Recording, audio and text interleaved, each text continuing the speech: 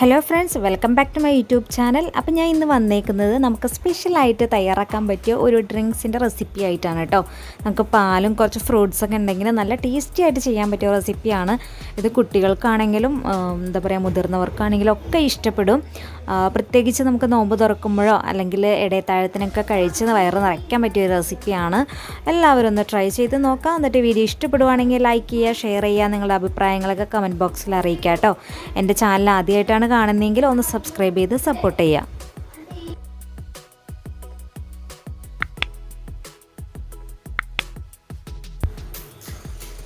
അപ്പോൾ ഞാൻ ഒരു പാത്രം എടുത്തിട്ടുണ്ട്. അതിലേക്ക് ഒരു 2 സ്പൂണോളം കസ്കസ് ചേർത്ത് കൊടുക്കുകയാണ്.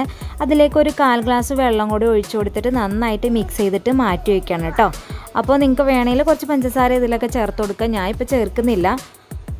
ഇനി ഞാൻ കുറച്ച് ഫ്രൂട്ട്സ് എടുത്തിട്ടുണ്ട്.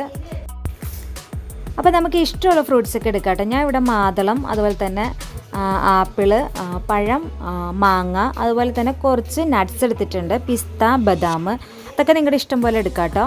പിന്നെ ഞാനൊരു കപ്പോളം നന്നായിട്ട് തണുത്ത പാലും എടുത്തിട്ടുണ്ട്.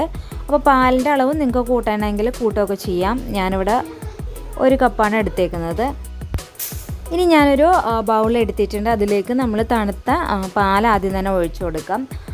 ഇനി ഇതിലോട്ട് നമുക്ക് ഫ്രൂട്ട്സ് ഇട്ട് കൊടുക്കാം കേട്ടോ. അപ്പോൾ മുഴുവനായിട്ട് ഇട്ട് കൊടുക്കാം. ഞാൻ കുറച്ച് ഗാർണിഷ് ചെയ്യാൻ വേണ്ടിയിട്ട് മാറ്റി വെച്ചേക്കുന്നതാണ് കേട്ടോ. അപ്പോൾ നിങ്ങളുടെ കയ്യിലുള്ള ഫ്രൂട്ട്സൊക്കെ ചേർത്ത് കൊടുക്കാം കേട്ടോ. ഇന്ന ഫ്രൂട്ട്സ് ഒന്നുമില്ല. ഇനി ഇതിലോട്ട് മധുരത്തിന് ആവശ്യമായിട്ടുള്ള പഞ്ചസാര ചേർത്ത് കൊടുക്കാം. ഓരോ 1/4 ഗ്ലാസ് മുതൽ ഒരു 1/2 ഗ്ലാസ് വരെ നമുക്ക് ചേർത്ത് കൊടുക്കാം.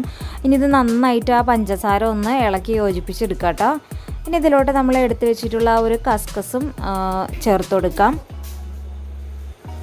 ഇനി ഇതിലോട്ട് ഒന്നുകിൽ വാനില എസൻസ് അല്ലെങ്കിൽ ഏലക്ക ചതച്ച് ചേർത്ത് കൊടുക്കാം, അല്ലെങ്കിൽ ഏതെങ്കിലും ഐസ്ക്രീം ചേർത്ത് കൊടുക്കാം. ഞാനിവിടെ വാനില ഐസ്ക്രീം 2 സ്കൂപ്പ് ചേർത്ത് കൊടുക്കുകയാണ് കേട്ടോ.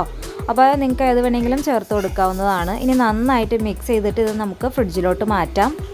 അപ്പോൾ ഇത് നന്നായിട്ട് തണുപ്പിച്ച് കഴിക്കണം കേട്ടോ. അതാണ് നല്ലൊരു ടേസ്റ്റ് കിട്ടുക. ഇത് കുട്ടികൾക്കാണെങ്കിലും ഒക്കെ നല്ല ഇഷ്ടപ്പെടും. അവർക്ക് നന്നായിട്ട് വയറും നിറയാനും ഒക്കെ നല്ല ഹെൽത്തി ആയിട്ടുള്ള ഒരു ഡ്രിങ്ക് തന്നെയാണ്. അപ്പോൾ എല്ലാവരും ട്രൈ ചെയ്ത് നോക്കുക. ഇനി അടുത്ത വീഡിയോയിൽ കാണുന്നത് വരെ ഓക്കെ, ബൈ, താങ്ക് യു.